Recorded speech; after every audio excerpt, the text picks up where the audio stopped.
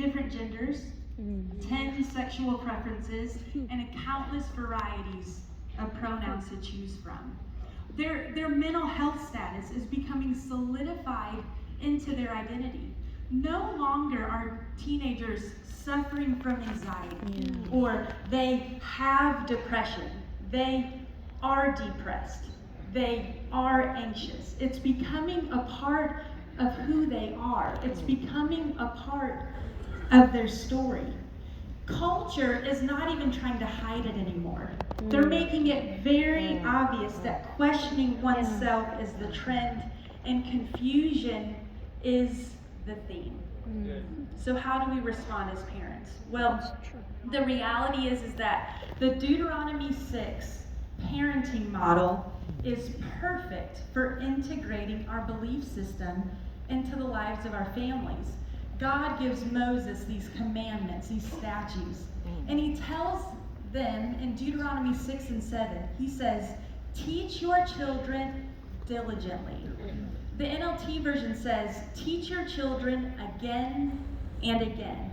And then it goes on, it says, talk about these commandments when you sit at home, and when you walk along the road, and when you lie down, and when you get up. You tie them as a symbol on your hands, bind them on your foreheads, write them on the door frames of your houses and your gates.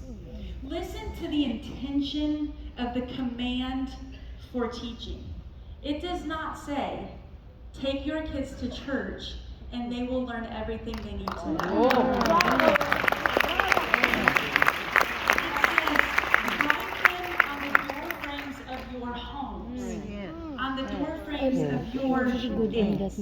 I think we've done a really good job as pastors and ministers to write them on the doorposts of our churches. But I think we're at a risk of being guilty of missing the mark when it comes to our homes.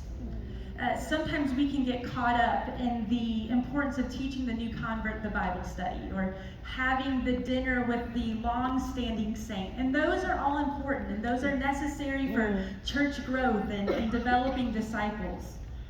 But the fear is that we're answering the questions of the saints, and our teenagers are in their rooms questioning their value.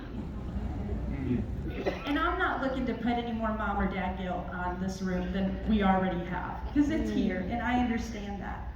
But the hope is that we can give someone permission to take a step back, to honor the Sabbath, to pause for a moment and take time to evangelize your family, to minister to your spouse, to counsel your own children.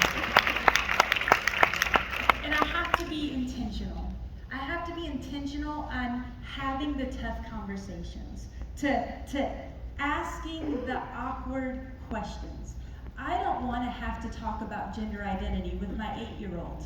But on the most popular streaming service for kids, the gender option right now, they have 4. It's man, woman, non-binary, and prefer not to answer. Unfortunately, my 8-year-old knows how to read. And I have to explain what those things mean. And I have to be intentional about having that conversation with them.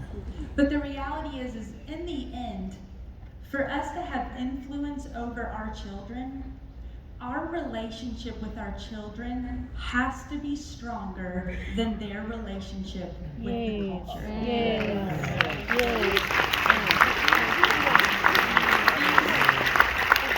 These concepts that our children are told to wrestle with, they are told to question, they are told that you should be confused. They are not going to resolve an accident.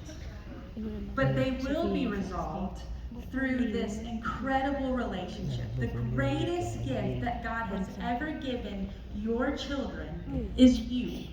They are godly parents, and we need to use that relationship to recapture and capture the hearts of our children.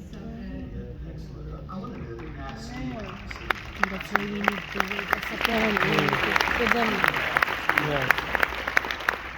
You delineated between, I think, what all of us do some